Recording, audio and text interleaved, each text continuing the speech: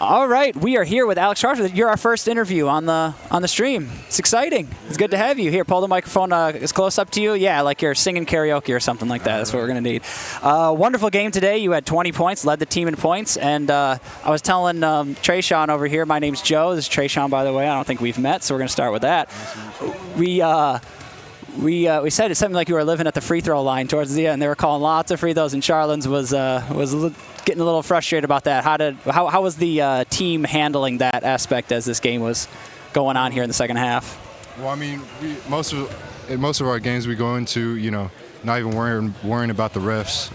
We're just gonna go out there and play hard and let the refs do what they do.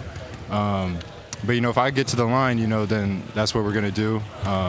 Put fouls on the other player, and it's free money at the line. So I got to knock those down. But yeah. Awesome. You have anything to ask? It was a battle down there at the low post. I was wondering how is those looks looking? Were you guys trying to get those passing lanes? Because you see the skip from the wing was pretty open, but you guys had a lot of good looks, a lot of good shots falling, and just was wondering what your thought was on how the pace of the game was going.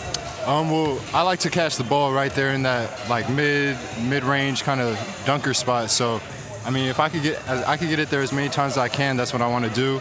And that's what we look for.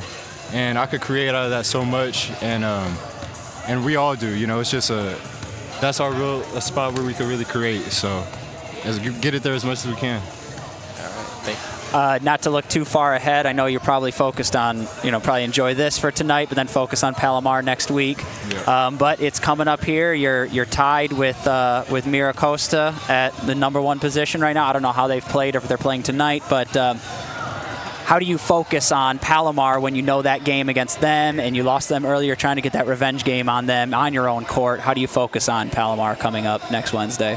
I mean, we've been saying it all year, one at a time.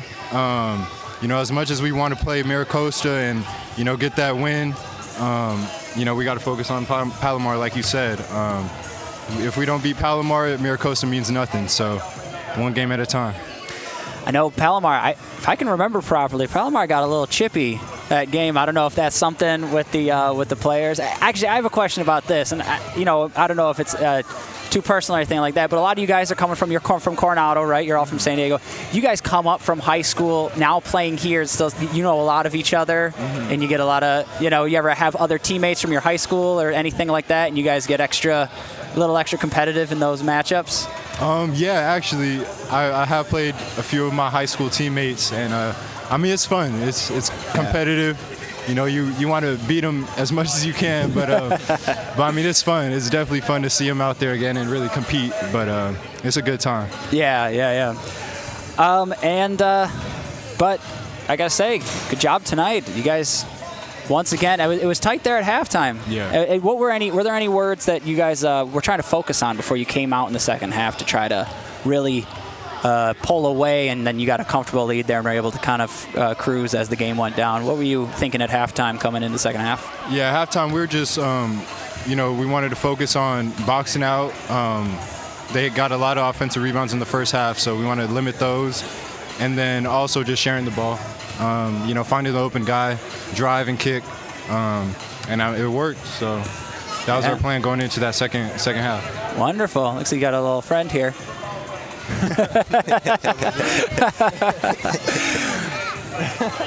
It's a rock and roll mic, yeah.